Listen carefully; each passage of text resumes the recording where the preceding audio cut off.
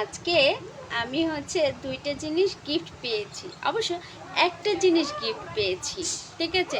সেটা গিফটটা দিয়েছে কে সেটা আগে বলি। সেটা আমার আম্মুর ফুফা ফুফুর ভাইয়ের মেয়ে, মানে আমার আপু, নাম আমার রানু আপু, ঠিক আছে।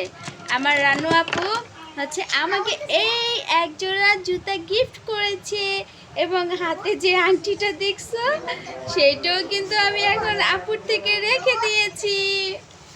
দেখবে আমার রানু আপুকে। দুঃখিত, দেখাইতে পারলাম না, কারণ আমার রানু আপু পর্দা করে, অনুমতি ছাড়া দেখানো যাবে না, অতএব দেখাইতে পারলাম না।